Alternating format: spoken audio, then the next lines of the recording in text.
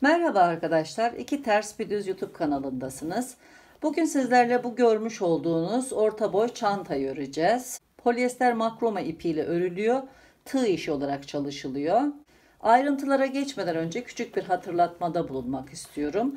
Kanalıma abone olur, beğeni ve yorumlarınızla kanalımı desteklerseniz çok mutlu olurum arkadaşlar. Görüşleriniz benim için çok değerli. Gelelim ayrıntılara.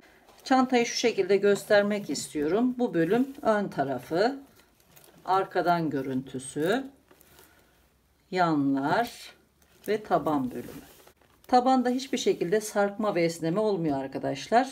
Ayrıca destek için herhangi bir malzemeye gerek yok. İçinde eşya olmasına rağmen gördüğünüz gibi gayet düzgün duruyor. Çantamızı 4 parça olarak örüyoruz. Birbirinin aynısı ön ve arka parça. Yine birbirinin aynısı iki yan parça örüyoruz. Yan parçaları ortadan dikerek birleştiriyoruz. Bu dikiş aynı zamanda ekstra bir destek sağlıyor taban bölümüne. Örme işlemi bittikten sonra yan parçayı ön ve arka parçaya sık iğne ile birleştiriyoruz. Yine kısa saplar çantanın yan parçalarını örerken birlikte örülüyor. Daha sonra da uzun sapını örerek işlemleri tamamlıyoruz. Kapatmak için şu şekilde deri bir aparat kullandım. Uç bölümünde mıknatıslı çıt çıt bulunuyor. Sizler çantanın uzun sapını aynı renk deriden çalışabilirsiniz arkadaşlar. Çok daha şık olacağını düşünüyorum. Aynı renk çanta sapı bulamadığım için ben örerek hazırladım. Deri olarak çok daha şık olacaktır.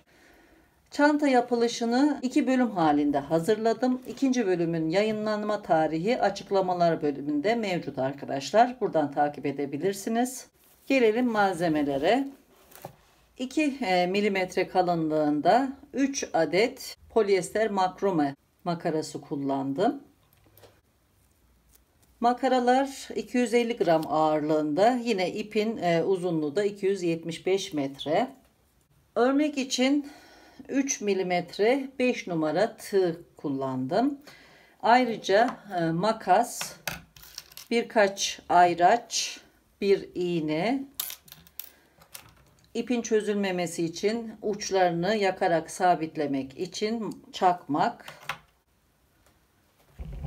mıknatıslı çıt çıt aparatı, yine klips ve D halka gerekiyor, ikişer adet. Hazırsanız yapılışına geçelim. Herkese kolay gelsin.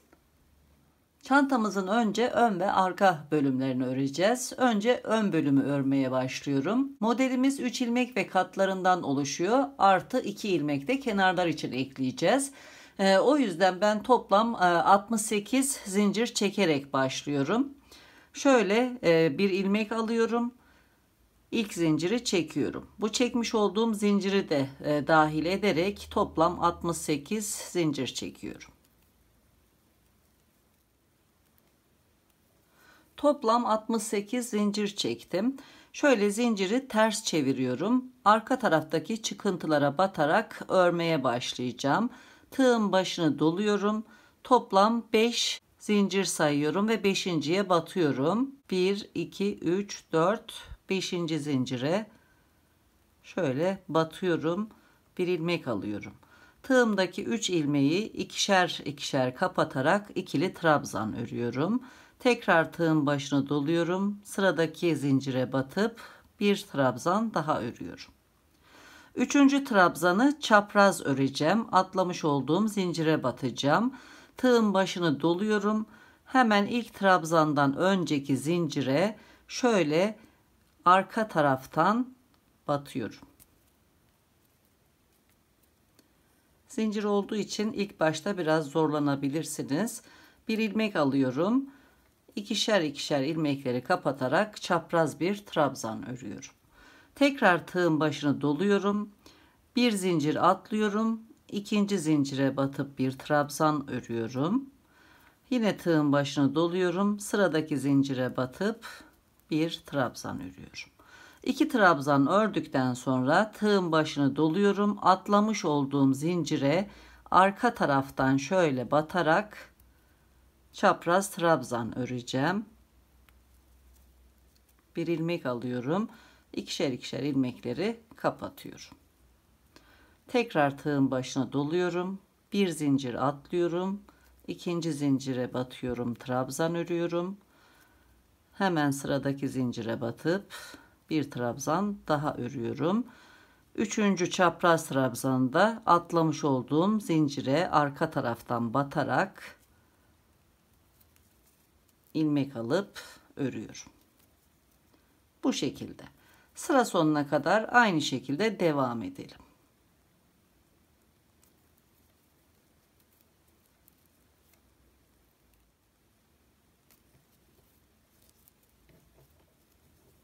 Sıra sonuna geldim. 2 trabzan ördükten sonra bir trabzanda çapraz örüyorum. Atlamış olduğum zincire batıyorum.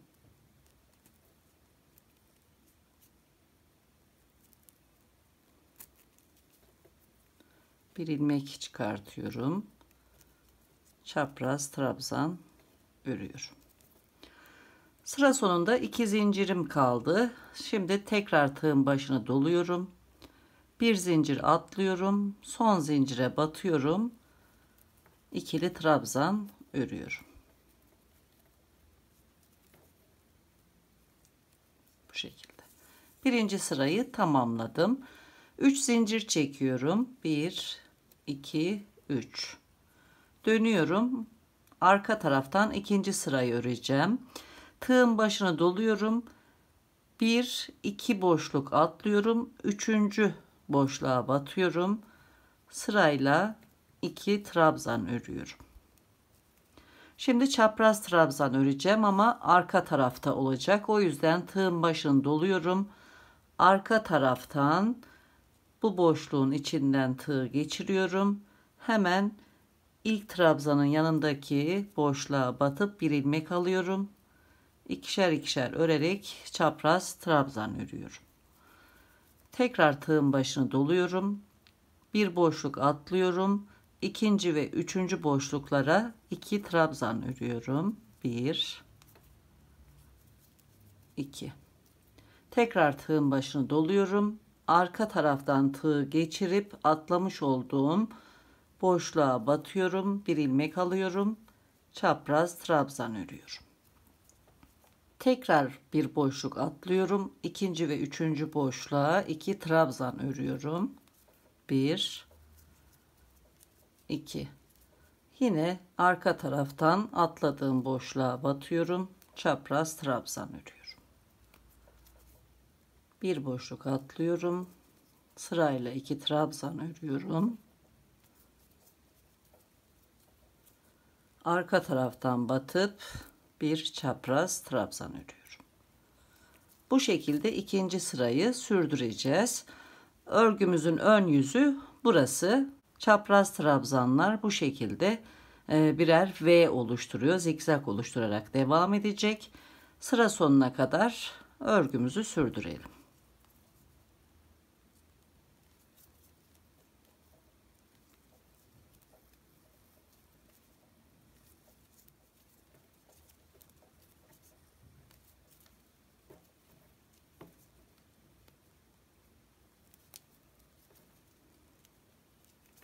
Sıra sonuna geldim. Son 3 trabzan öreceğim. Bir boşluk atlıyorum. Sırayla 2 trabzan örüyorum. Tığın başını doluyorum. Arka taraftan atladığım boşluğa batıp 3. çapraz trabzan örüyorum. Tekrar tığın başını doluyorum. Başta çekmiş olduğum zincirin 1, 2, üçüncüsüne batıyorum. Bir ilmek alıp trabzan örüyorum ve ikinci sırayı tamamlıyorum. 1, 2, 3 zincir örüp dönüyorum. Tekrar ön yüzdeyim. Bu iki sırayı sürekli tekrar ederek modelimizi sürdüreceğiz. 2 sıra daha örerek göstermek istiyorum daha iyi anlaşılması için. 3 zincir çekmiştim. Tığın başını doluyorum. 1, 2 boşluk atlıyorum. 3. ve 4. boşluklara 2 trabzan örüyorum. Daha sonra tığın başını doluyorum. Buradaki bir ikinci boşluğa hemen ilk trabzandan önceki boşluğa şöyle arka tarafından batarak bir ilmek alıyorum. Çapraz trabzan örüyorum. Tekrar tığ doluyorum. Bir boşluk atlıyorum. İkinci ve üçüncü boşluğa 2 trabzan örüyorum.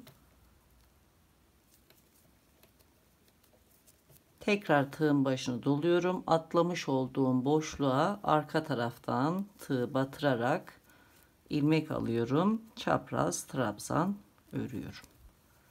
Bu şekilde. Bu çapraz trabzanlar aynı yerden çıkmış oluyor. Devam edelim. Sıra sonuna kadar örelim.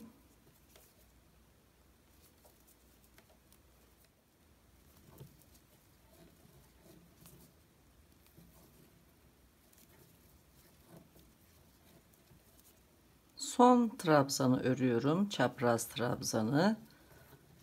Ve bir trabzan örerek 3. sırayı tamamlayacağım. Buradaki 3 zincirden ikincisine batıyorum ve trabzan örerek 3. sırayı tamamlıyorum. Tekrar 1 2 3 zincir çekiyorum, dönüyorum. Ters taraftayım. 4. sırayı öreceğim. 1 2 boşluk atlıyorum. 3. ve 4. boşluklara 2 trabzan örüyorum. Daha sonra tığın başını doluyorum. Tığımı şöyle trabzanların arkasından getirip baştan ikinci boşluğa batıyorum ve arka tarafta çapraz trabzan ördüm. Tekrar tığ doluyorum. Bir boşluk atlayıp ikinci ve üçüncü boşluklara 2 trabzan örüyorum. Üçüncü çapraz trabzanı da tığ arkadan getirip atladığım boşluğa batıyorum ve arka tarafta çapraz trabzan örüyorum. Bu şekilde. Bu çapraz trabzanlar hep ön yüzlü olacak. Devam ediyorum sıra sonuna kadar.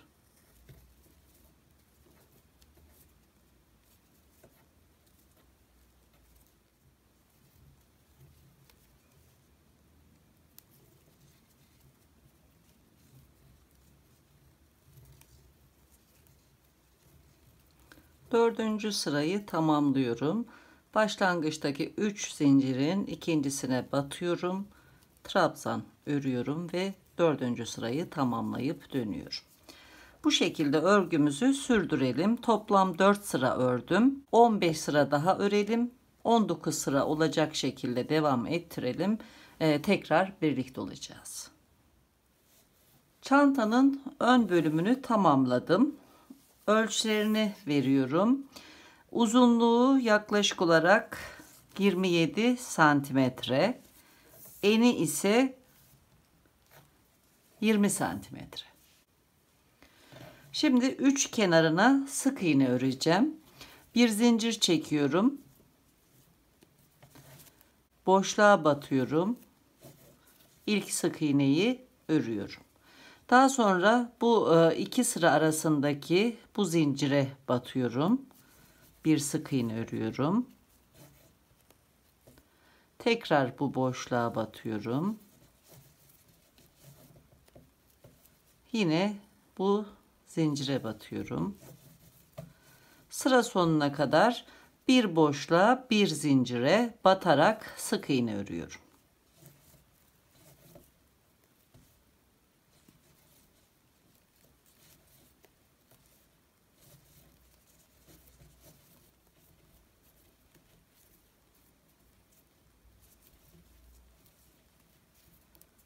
Son boşluğa batıyorum.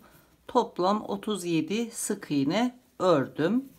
Şimdi ilk zincire batıp çift sık iğne öreceğim dönüş için. Birinci zincire batıyorum. Buraya 2 sık iğne örüyorum.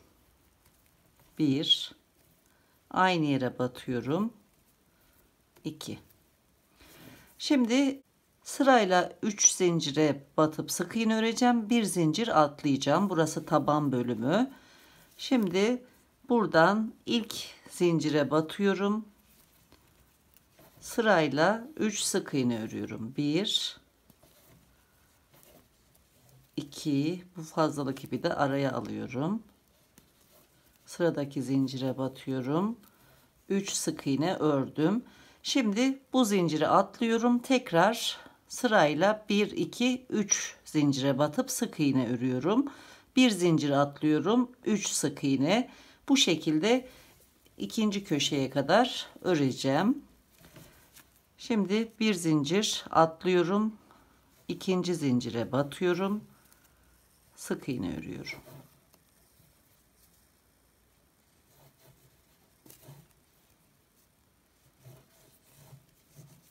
İkinci sık iğne, sıradaki zincire battım. Üçüncü sık iğne. Şimdi tekrar bir zincir atlıyorum. Arka arkaya 3 sık iğne öreceğim. Devam edelim.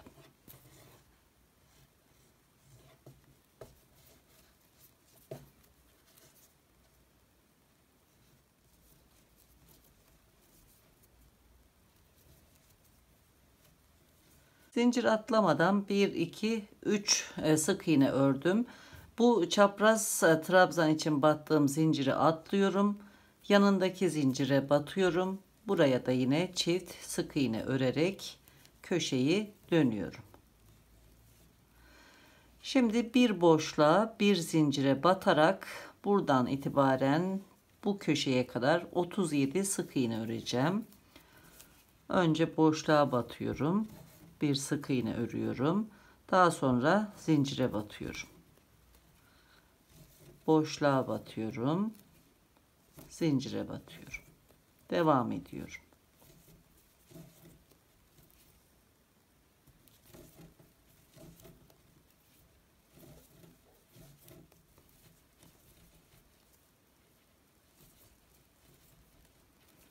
Son boşluğa batıyorum ve 37. sık iğneyi örüyorum.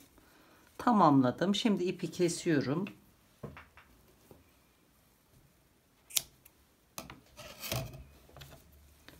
İlmeklerin içinden geçiriyorum. Daha sonra bu arka taraftan ilmeklerin arasından batarak ipi gizliyorum.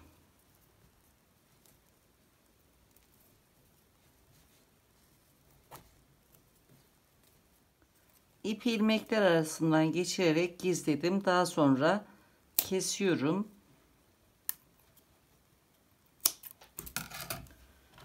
Bir çakmak yardımıyla ucunu yakarak çözülmesin diye sabitliyorum.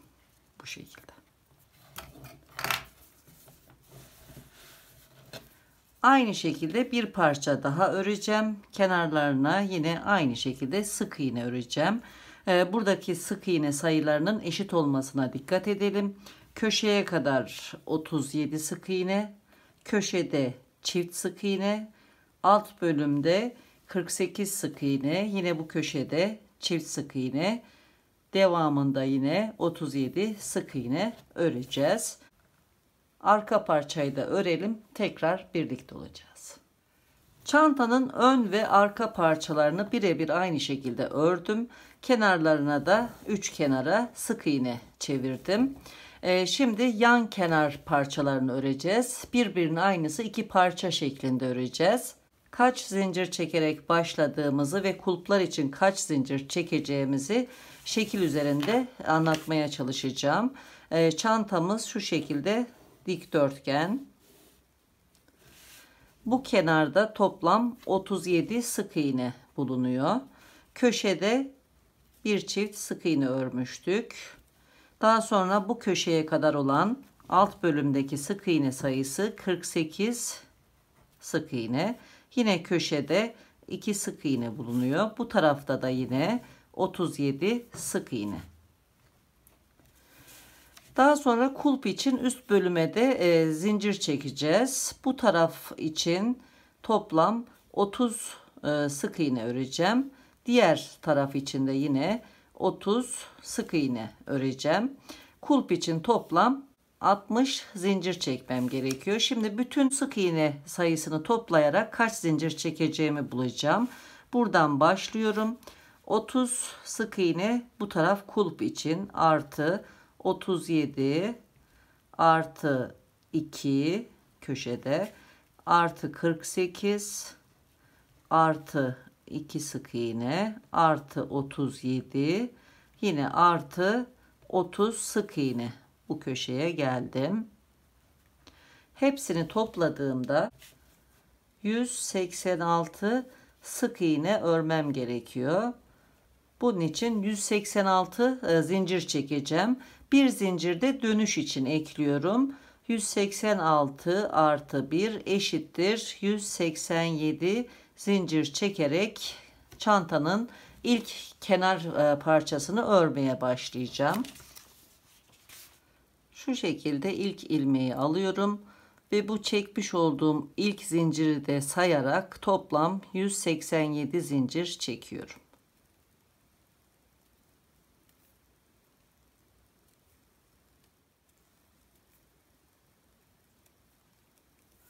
Toplam 187 zincir çektim.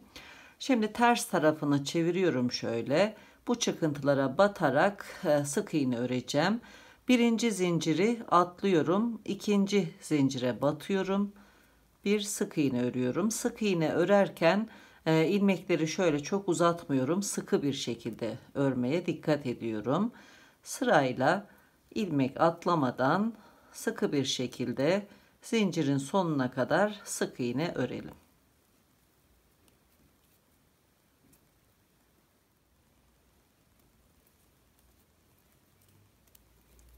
Son zincire de batıyorum. Son sık iğneyi örüyorum.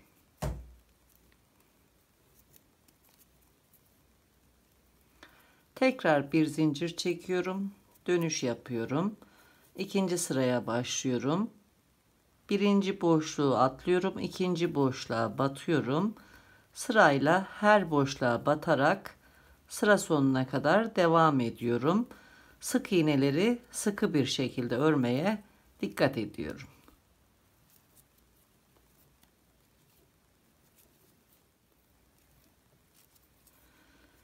İkinci sıranın sonunda 1-2 ilmek kaldı.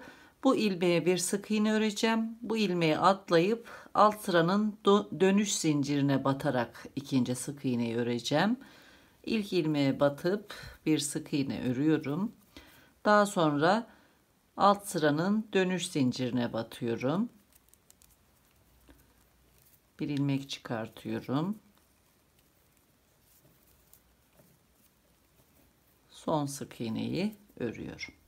Şimdi burada ipi kesiyorum.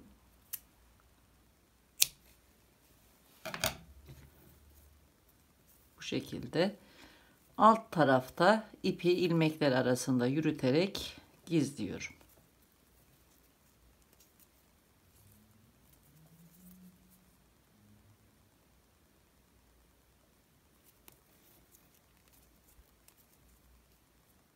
İpi alt tarafta yürüttüm. Fazlalığı kesiyorum. Bir çakmak yardımıyla ucunu açılmaması için sabitliyorum. 2 sıra sık iğne ördüm. Şimdi ters tarafını çeviriyorum.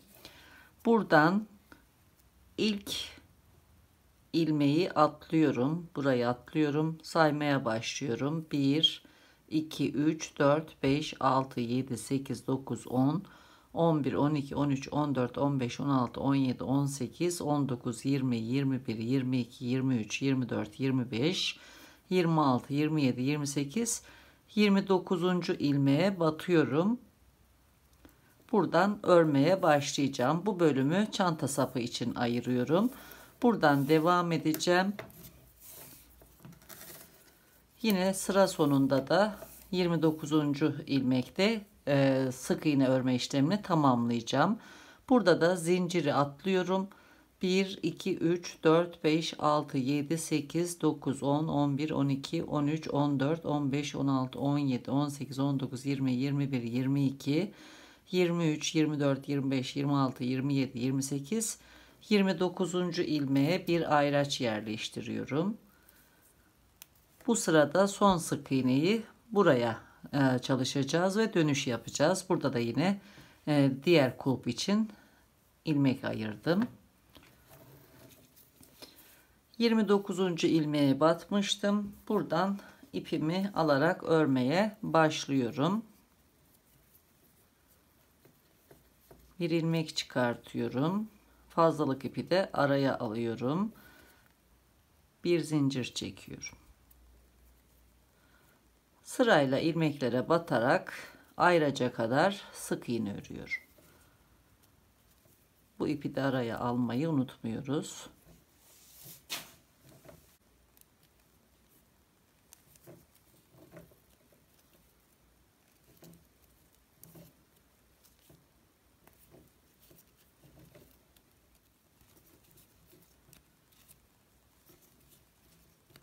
Ayraca kadar ördüm. Ayracın bulunduğu ilmeğe de son sık iğneyi örüyorum. Bir zincir çekiyorum. Dönüş yapıyorum. İlk ilmeği atlıyorum. İkinci ilmeğe batıyorum. Sık iğne örmeye başlıyorum. Sıra sonuna kadar devam ediyorum.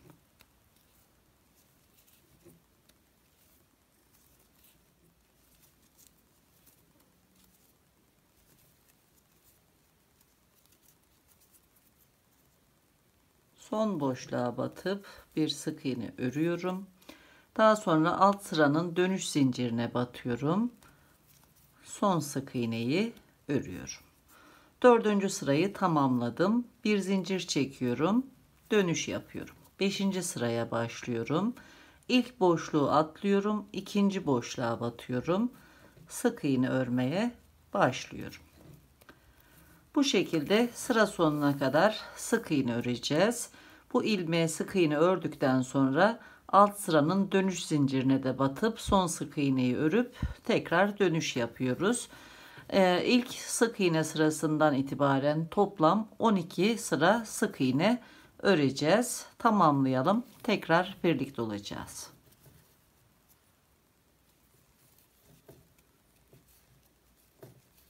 12. ve son sırayı örüyorum. Bu sırayı örerken şöyle bir işlem yapıyoruz. Bu bölümün daha düz durması için. Önce boşluğa batıp normal ilmek alıyorum. İlmekleri kapatırken ipin sağ tarafından değil sol tarafından tığımı geçirip şöyle arkasından geçirip ilmek alıp ilmekleri kapatıyorum. Tekrar normal ilmek alıyorum. İlmekleri kapatırken ipin sağ tarafından arkasından tığ geçirip bu şekilde ilmek alıyorum. Son sırada bu işlemi yapıyoruz. Sıra sonuna kadar devam ediyorum.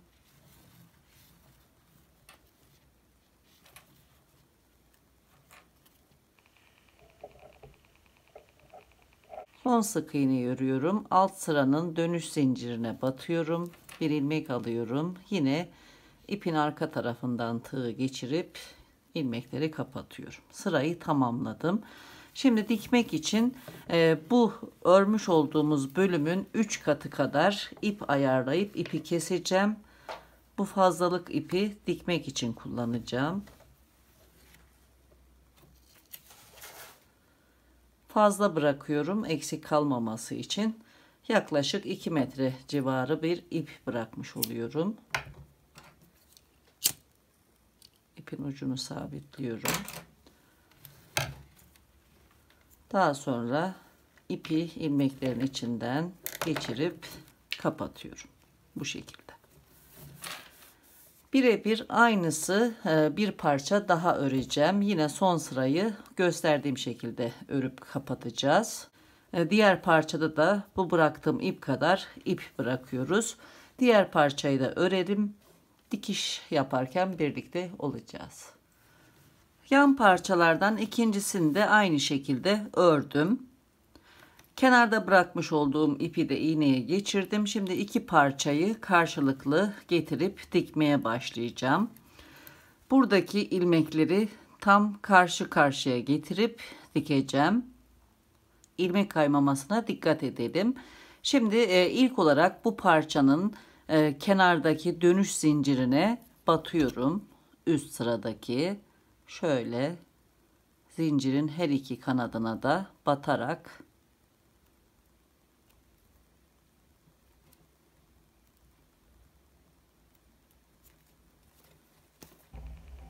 iki ucu birleştiriyorum. İki ucu birleştirdikten sonra bu zincirin ön kanadına tekrar batıyorum. Bu taraftaki ön kanadına batıyorum. Buradaki ilk ilmeğe de yine alttan alt kanadına, aslında üst kanadı alttan batıyorum.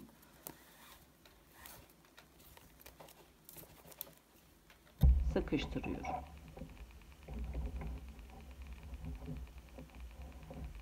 Şimdi dikerken bu ikinci ilmeğe batıp bu tarafa geçerken ilk batmış olduğum ilmeğe geleceğim. Şimdi buradayım.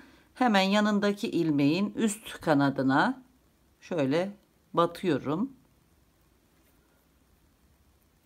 Daha sonra buradaki ilk ilmeğe tekrar batıyorum.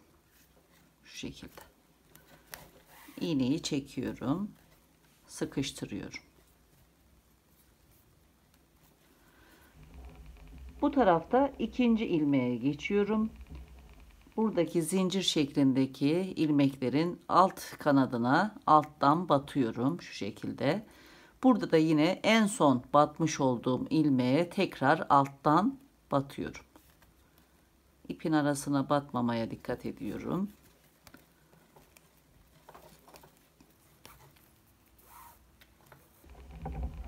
İpi çekiyorum.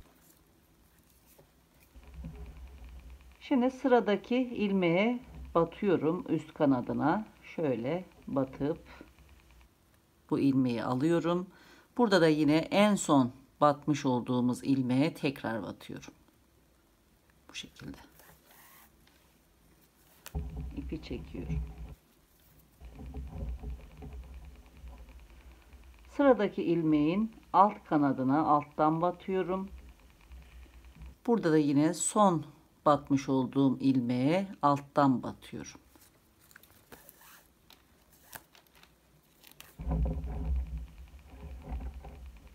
Sıkıştırıyorum. Sıradaki ilmeğin üst kanadını alıyorum şu şekilde. Son battığım ilmeğe de yine batıyorum.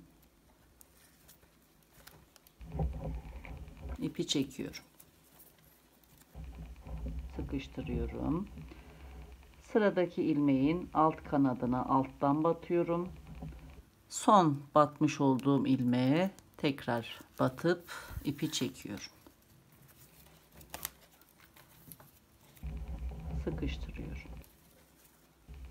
Görüntüsü bu şekilde olacak. Tekrar sıradaki ilmeğin üst kanadına üstten batıyorum. Son batmış olduğum ilmeğe de batıyorum. İğneyi çekiyorum.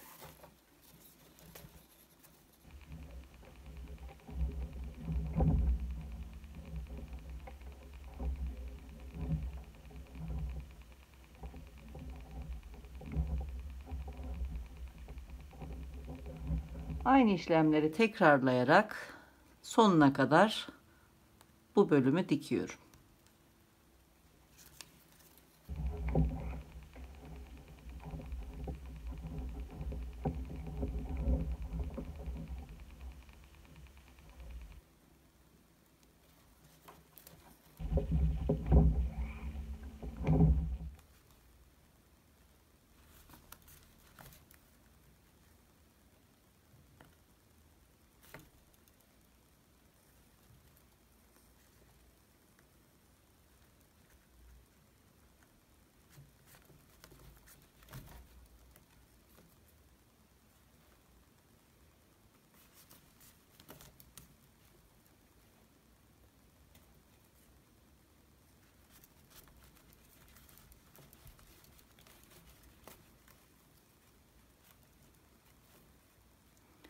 Bu taraftaki sondan ikinci ilmeğe batıyorum.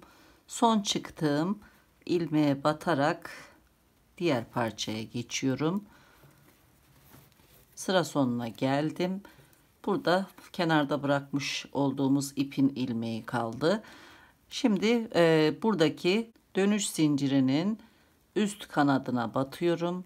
Buradaki ipin çıktığı ilmeğe alttan batıyorum. Burada da yine son çıkmış olduğum ilmeğe şu şekilde alttan batıyorum.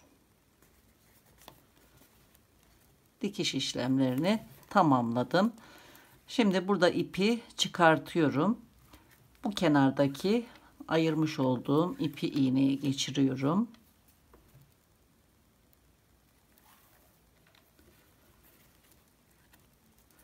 Şöyle ters tarafını çeviriyorum. Tersten de aynı şekilde dikiş yapacağız. Burada diğer kanatlarını dikmiştik. Arka tarafta da açıkta kalan kanatları dikerek daha sıkı bir görüntü oluşmasını sağlayacağız. İpi çekiyorum. Buradaki son battığım yere batıyorum. Şu şekilde ipi çekiyorum. Bu ipi de araya almış oldum. Sıkıştırıyorum iki ucu da. Şimdi sıradaki ilmeğe batıyorum şu şekilde. Buradan da ilk ilmeğe batıyorum.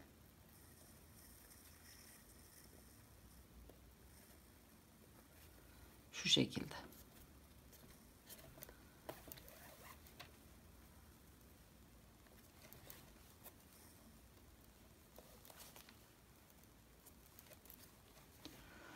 İkinci ilmeğe alttan batıyorum. Burada en son çıkmış olduğum ilmeğe tekrar alttan batıp iğneyi çekiyorum.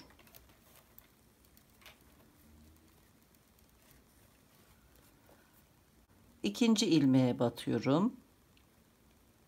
Burada da yine en son çıkmış olduğum ilmeğe batıyorum. İğneyi çekiyorum. Sıradaki ilmeğe batıyorum. Burada bir işlem daha yapacağız. En son çıkmış olduğum ilmeğe batarken şöyle şuradaki alttaki ilmeğe de batıyorum. Bu işlemi bir kez yapacağız. Sıkı olduğu için biraz zorlanıyor iğne.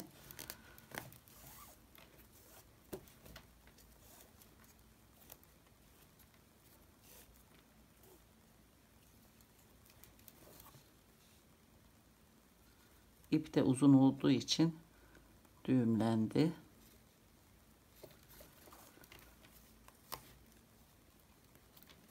Bu şekilde. Bundan sonra sadece bu ilmekleri dikerek devam edeceğim. Aynı şekilde sırayı sonlandırırken de bu işlemi yapacağız. Şimdi sıradaki ilmeğe batıyorum. Burada en son çıkmış olduğum ilmeğe tekrar dönüş yapıyorum. İpi çekiyorum.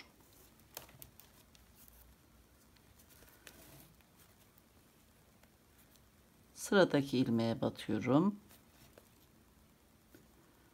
Son çıktığım ilmeğin içinden çıkıyorum.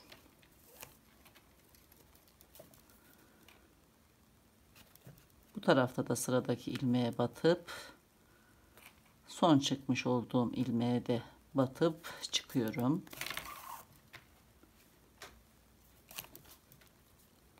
Bu şekilde sıra sonuna kadar dikiyorum.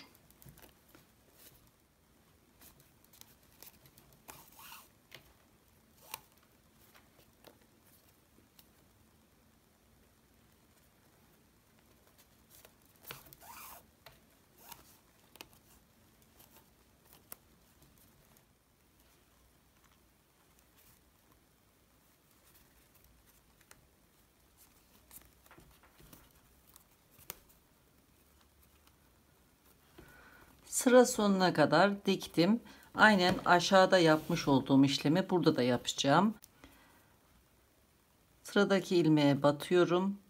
Buradaki önceden batmış olduğum ilmeğe batarken alttaki ilmeğine de batıyorum. Şu şekilde. Daha sonra iğneyi çekiyorum.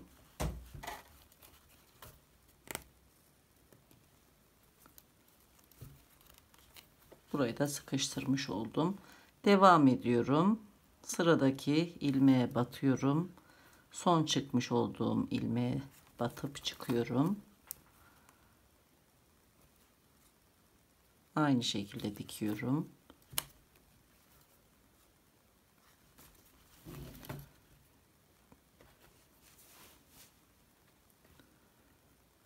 Bu taraftaki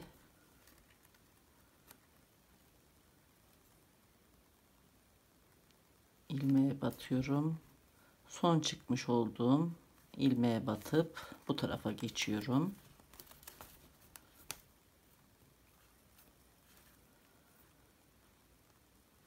Son ilmeğe batıyorum. Burada da son batmış olduğum ilmeğe batıyorum. Sıkıştırıyorum. Alt sırada dönüş zincirinin ilmeğine batıyorum.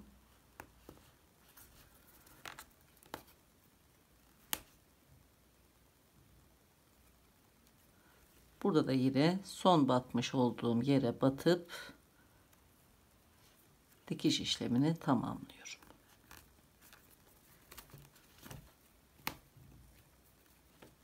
Dikiş işlemlerini tamamladım. Bu fazlalık ipi ilmekler arasında ters tarafta yürüterek gizliyorum. İğne ile de yapabilirsiniz. Bir tığ yardımıyla da şu şekilde ilmekler arasına çekiyorum ip.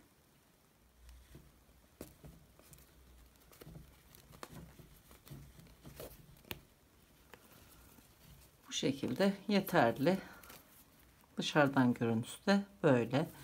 Şimdi burada ipi kesiyorum ve çakmakla ucunu yakarak sabitliyorum. Çözülmemesi için.